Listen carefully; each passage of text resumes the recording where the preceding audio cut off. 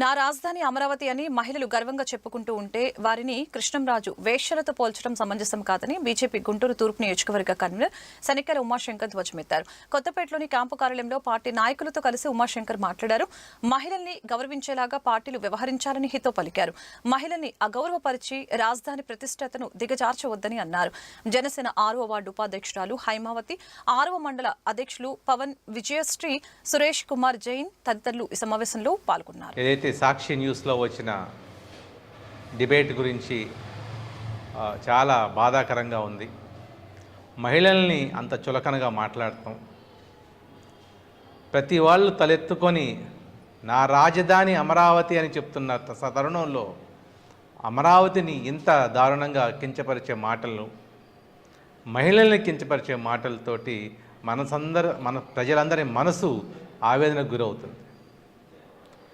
రాష్ట్రం అంతర్జాతీయంగా మనం ఫోకస్ అవ్వాలి, ఎలా అభివృద్ధి చేయాలని చెప్పి కూటమి ప్రభుత్వం, చంద్రబాబు నాయుడు గారు, పవన్ కళ్యాణ్ గారు, అటు పురంధేశ్వరి గారు, మోడీ గారు ఆలోచిస్తుంటే దాన్ని ఎలా కూల్చేయాలో ప్రణాళిక రాస్తున్నట్టు అనిపిస్తుంది.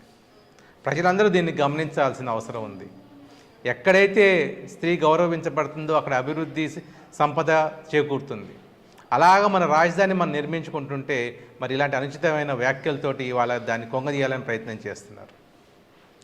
నరేంద్ర మోడీ గారి లైఫ్లో ఒక చిన్న ఇన్సిడెంట్ ఇవాళ చెప్పాలనుకుంటున్నాం మీ అందరికీ. ఆయన ఒకసారి మీటింగ్ అటెండ్ అయ్యి ఢిల్లీలో రిటర్న్ వెళ్తున్నప్పుడు ఆయనకి రిజర్వ్డ్ టికెట్ ఉంది, బర్త్ ఉంది, అన్నీ ఉన్నాయి. ఒక కాంగ్రెస్ లేడీ ఆ టికెట్ లేకపోతే వీళ్ళందరూ కింద కూర్చొని అవన్నీ పడుకోబెట్టారు పైన. అప్పుడు అపోజిషన్లో ఉన్నారు నరేంద్ర మోడీ గారు. అంత గౌరవం ఇచ్చేవాళ్ళు నరేంద్ర మోడీ గారు. ఆవిడ దిగి ఓపెన్ స్టేట్మెంట్ ఇచ్చింది, ఆ రోజు బీజేపీ వాళ్ళు అక్కడ ఉన్నారు కాబట్టి నేను ధైర్యంగా ట్రైన్ ఎక్కి రాగలిగాను. అటువంటి మహిళల్ని గౌరవం ఇచ్చే సంస్కృతి నుంచి అన్నీ ఉండాలి తప్పితే పార్టీసు ఇలాగ మహిళల్ని కించపరిచే విధంగా మాట్లాడకూడదు. అందుకని నరేంద్ర మోడీ గారు మన రాష్ట్రాన్ని, మన దేశానికి అధ్యక్షులు అయ్యారు. చంద్రబాబు నాయుడు గారు లాంటి గొప్పవాళ్ళు, పవన్ కళ్యాణ్ లాంటి వాళ్ళు మన రథసారథులు అయ్యారు. మహిళల్ని గౌరవించండి, గౌరవించడం తెలుసుకోండి. ఇలాగా అనుచితమైన వ్యాఖ్యలు చేసి మన రాజధాని యొక్క గౌరవాన్ని దిగజార్చేటట్టుగా చేయొద్దు.